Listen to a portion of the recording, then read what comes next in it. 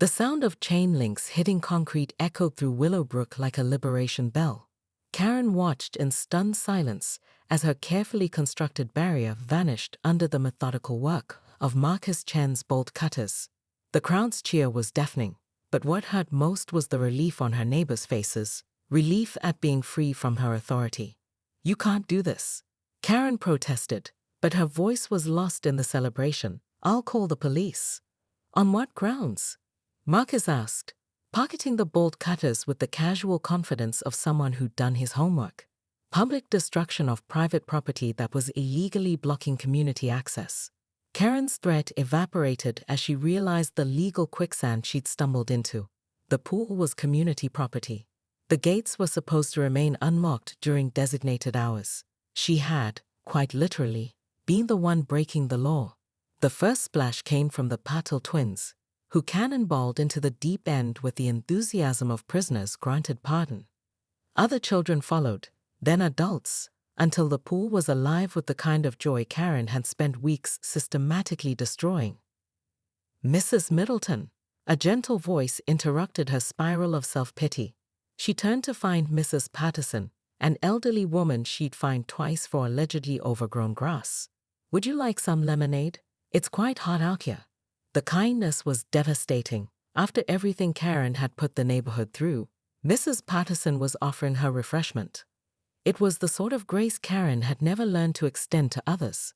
"I don't understand," Karen said, accepting the plastic cup with shaking hands. "Why aren't you angry with me?" Mrs. Patterson settled beside her on a folding chair someone had provided. "Oh, honey, we've all been wondering that about you for months." The observation hung in the air like a challenge. Karen looked around at the party she'd inadvertently created.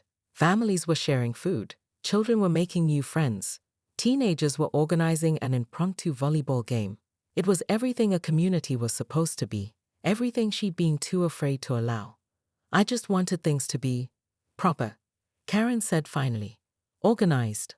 Under control." "Whose control, though?" Mrs. Patterson asked. "And for what purpose?" The question hit harder than any accusation. Karen realized she couldn't answer it. She'd spent so much energy enforcing rules that she'd forgotten why the rules existed in the first place. They were supposed to serve the community, not the other way around. Marcus Chen approached with surprising gentleness. "Look, Karen, can I call you Karen? Nobody wants you to be miserable. We just want to enjoy our neighborhood." "But I'm the HOA president," Karen said weakly. "I have responsibilities." "You have neighbors," Marcus corrected, "and neighbors take care of each other." As the afternoon wore on, something unexpected happened. People began including Karen in conversations. The nurse Janet brought her a plate of food.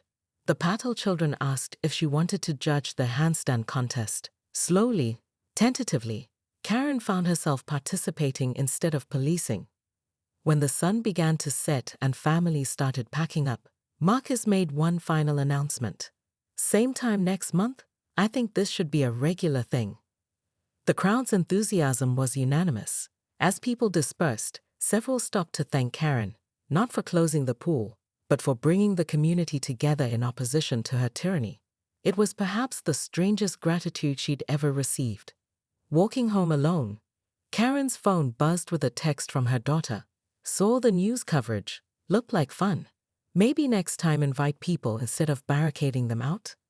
Karen stared at the message for a long time. Next time. The phrase suggested possibility, redemption, a chance to be the kind of leader who brought people together instead of driving them apart. But as she unlocked her front door, she noticed Mrs. Chen's sprinkler was hitting her driveway again. Old habits die hard, and Karen felt her jaw clench instinctively. Perhaps change would take longer than a single afternoon. The question was, did Karen have the courage to keep trying, or would she retreat back into the comfortable tyranny of rules and regulations? Only next month's gathering would tell. Karen Middleton stood at the edge of the community pool at 6:47 a.m. on a Tuesday, wearing a lime green HOA vest and clutching a laminated sign that read "Private Property. Rise EPS on EL only." She had arrived before dawn to chain the pool gate shut, convinced that her position as Willowbrook HOA president gave her absolute dominion over all community amenities. "Excuse me, ma'am, but this is a community pool," said Marcus Chen, a software engineer who lived 3 houses down from Karen. He stood dripping wet in his swim trunks, having just climbed over the fence after finding the gate locked. "Not anymore," Karen declared, her voice carrying the authority of someone who had never been challenged in her life. "As HOA president, I've determined this pool poses liability issues. Until further notice, it's restricted to essential personnel only." Marcus blinked water from his eyes. "Essential personnel? It's a swimming pool, not a nuclear facility. Are you questioning my authority?" Karen's voice rose to a pitch that could shatter wine glasses. She pulled out her phone and began recording. "I'm documenting this trespassing incident for our legal team." "What legal team?" Marcus asked, genuinely confused. "Mrs. Henderson, you run a book club, not a law firm." The mistake hit Karen like a physical blow. "It's President Middleton, and I'll have you know I've consulted with actual attorneys about pool safety regulations." This was technically true. She had cornered a lawyer at Starbucks the previous week and peppered him with questions until he fled. Word of Karen's pool seizure spread through the neighborhood like wildfire. By noon, a small crowd had gathered outside the chained gates, pointing and whispering. Karen stationed herself in a folding chair she'd brought from home, wearing oversized sunglasses and a visor that read, "HOA Enforcement." "This is ridiculous," muttered Janet Torres, a nurse who worked night shifts and relied on morning swims to decompress. "My HOA fees help maintain that pool."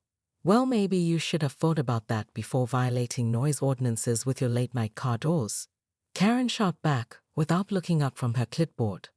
Janet's jaw dropped. "That was one time. My cat was sick. Excuses don't pay for pool maintenance," Karen replied smugly. The confrontation escalated when the Patel family arrived with their twin 8-year-olds, already suited up for their swimming lessons. The children pressed their faces against the chain-link fence like refugees from fun. "Please, Mrs. Middleton," pleaded Raj Patel. "The kids have been looking forward to this all week." "Should have thought about that before your sprinkler hit my driveway last month," Karen said, making a note on her clipboard. "Property damage is property damage." As the day wore on, Karen's fortress of self-righteousness began to crack. The neighborhood's collective glare felt heavier than her folding chair, and even her own reflection in the pool's surface seemed to mock her. But pride, that most stubborn of human traits, kept her planted firmly in place. She had no idea that Marcus Chen was already planning something that would turn her private pool party into the neighborhood event of the decade. Marcus Chen had never considered himself a revolutionary, but staring at Karen's makeshift checkpoint Tuesday evening, something fundamental shifted inside him. He wasn't just angry about the pool. He was furious about every passive-aggressive note she'd left on windshields, every petty fine she'd invented, every small joy she'd systematically crushed under the weight of her manufactured authority. "She wants to play HOA games," Marcus muttered to himself, pulling out his laptop. "Let's play HOA games." The Willowbrook Community Facebook page had 847 members, most of whom rarely posted beyond the occasional lost cat photo. Marcus's fingers flew across the keyboard as he crafted what would become known as the invitation. "Emergency community meeting. Pool crisis resolution. Saturday 2 p.m. Community pool area. Potluck style. Bring your families, friends, and appetites. Special guest, live DJ and face painting for kids." Topic: discussing new pool policies with President Middleton. He hit post before he could second-guess himself. Within an hour, the comments section exploded. Janet Torres shared it with a laughing emoji. The Patel twins' teacher shared it with her entire school network. Someone's cousin from 2 towns over asked if they could bring their inflatable unicorn. Marcus's phone buzzed constantly. Text messages flooded in from neighbors he'd never even spoken to. Finally, someone's doing something about her. "Count us in, bringing the whole extended family. My nephew's mariachi band is available if you need music." By Wednesday morning, the event had 200 confirmed attendees. By Thursday, it had breached the neighborhood entirely. A local radio DJ caught wind of the story and mentioned it on air. A food blogger with 50,000 followers asked if she could live tweet the event. Meanwhile, Karen remained blissfully unaware, camped by the pool like a general defending her last stronghold. She'd recruited her neighbor Mrs. Finch to spell her during bathroom breaks, paying her in homemade cookies and promises of neighborhood glory. "You're doing God's work, Karen," wheezed Mrs. Finch, who was 73 and treated HOO drama like professional wrestling. "These people need structure." Karen basked in the validation, but cracks were beginning to show. Her husband Derek had started leaving the house earlier each morning, mumbling about avoiding the circus. Her own daughter had texted from college, "Mom, are you really camping by a pool? Please tell me the internet is lying." The breaking point came Friday evening when Karen spotted Marcus Chen walking past with what appeared to be sound equipment. "Excuse me," she called out, abandoning her post for the first time in 4 days. "What exactly do you think you're doing with that?" Marcus paused, a speaker in each hand and mischief dancing in his eyes.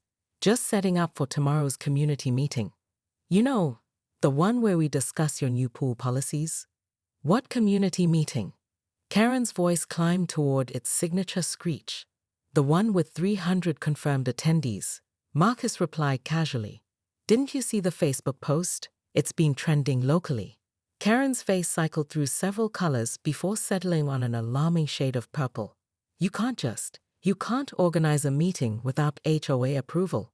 "Actually," Marcus said, consulting his phone with theatrical precision, "according to the HOA bylaws you're so fond of quoting, any community member can call for a special meeting with 48 hours notice. We're at 72 hours and counting." The realization hit Karen like a tsunami of bureaucratic karma. She had weaponized those same rules dozens of times against her neighbors, wielding technicalities like a sword. Now that sword was pointed directly at her, and she had no defense except the growing certainty that tomorrow was going to be very, very long. Saturday arrived with the merciless clarity of a courtroom spotlight. Karen woke at 5 a.m. to the sound of tables being set up outside her bedroom window. She peered through the blinds to see Marcus Chen directing an operation that resembled a small festival more than a neighborhood meeting. "Derek," she hissed at her husband, who was pretending to sleep. "They're setting up some kind of event." Derek cracked one eye open. "Maybe you should have thought about that before you declared war on a swimming pool." The betrayal stung worse than the gathering crowd.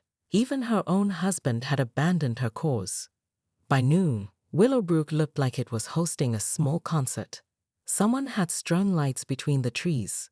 A bounce house appeared on the community lawn. Where had that even come from? The smell of grilling burgers and hot dogs wafted through the air, and Karen could hear children laughing in a way that seemed specifically designed to mock her pool blockade.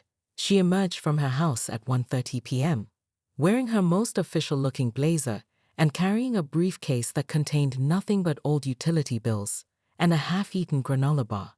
The crowd was larger than anything she'd ever seen in Willowbrook. Families sprawled on blankets, teenagers played frisbee, and at least 3 people were taking professional quality photographs. "Ladies and gentlemen," Marcus announced through a borrowed PA system, "President Middleton has arrived." The applause was polite, but pointed. Karen found herself swept along by the crowd's momentum, deposited at a small table that had been set up as her official station. Someone had even provided her with a name tag that read KRN, Pool SUPEVISO. "Now then," Marcus continued with the showmanship of a late-night talk show host, "President Middleton, would you like to explain to our community and our friends from neighboring areas why you felt it necessary to close our pool?" Karen looked out at the sea of faces.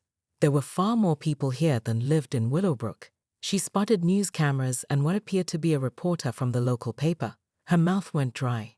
"The pool," she began, her voice catching, "presents liability issues that require immediate attention from qualified personnel." "What kind of liability issues?" called out Janet Torres from somewhere in the crowd. "And what qualifications do you have?" added someone else. The questions came faster than Karen could process them. Her carefully constructed authority crumbled under the weight of actual scrutiny. These weren't her usual victims, isolated neighbors she could intimidate one at a time. This was a crowd, unified in their bewilderment at her behavior. I have extensive experience in community management, she stammered. Running a book club doesn't qualify you to close public amenities, Marcus said gently, but his words carried to every corner of the gathering. The crowd's energy shifted. What had started as curiosity was hardening into something more pointed. Karen felt the walls of her self-made fortress collapsing around her. Perhaps, said a voice from the back, we should vote on new pool policies? The suggestion rippled through the crowd like electricity. Karen watched in horror as Marcus Chen pulled out an actual ballot box. Where did he get a ballot box? And began distributing papers. All in favor of reopening the pool immediately. Marcus announced, please raise your hands. The forest of raised hands was so unanimous it looked choreographed. Karen's own hand remained stubbornly at her side, a lone holdout against the tide of democratic process. As the crowd cheered and began moving toward the still-chained pool gates, Karen realized she had two choices: unlock the gate herself and salvage some dignity, or watch the crowd find their own solution. Looking at the determined faces around her, she suspected their solution wouldn't require her permission. The chain cutters appeared as if summoned by magic.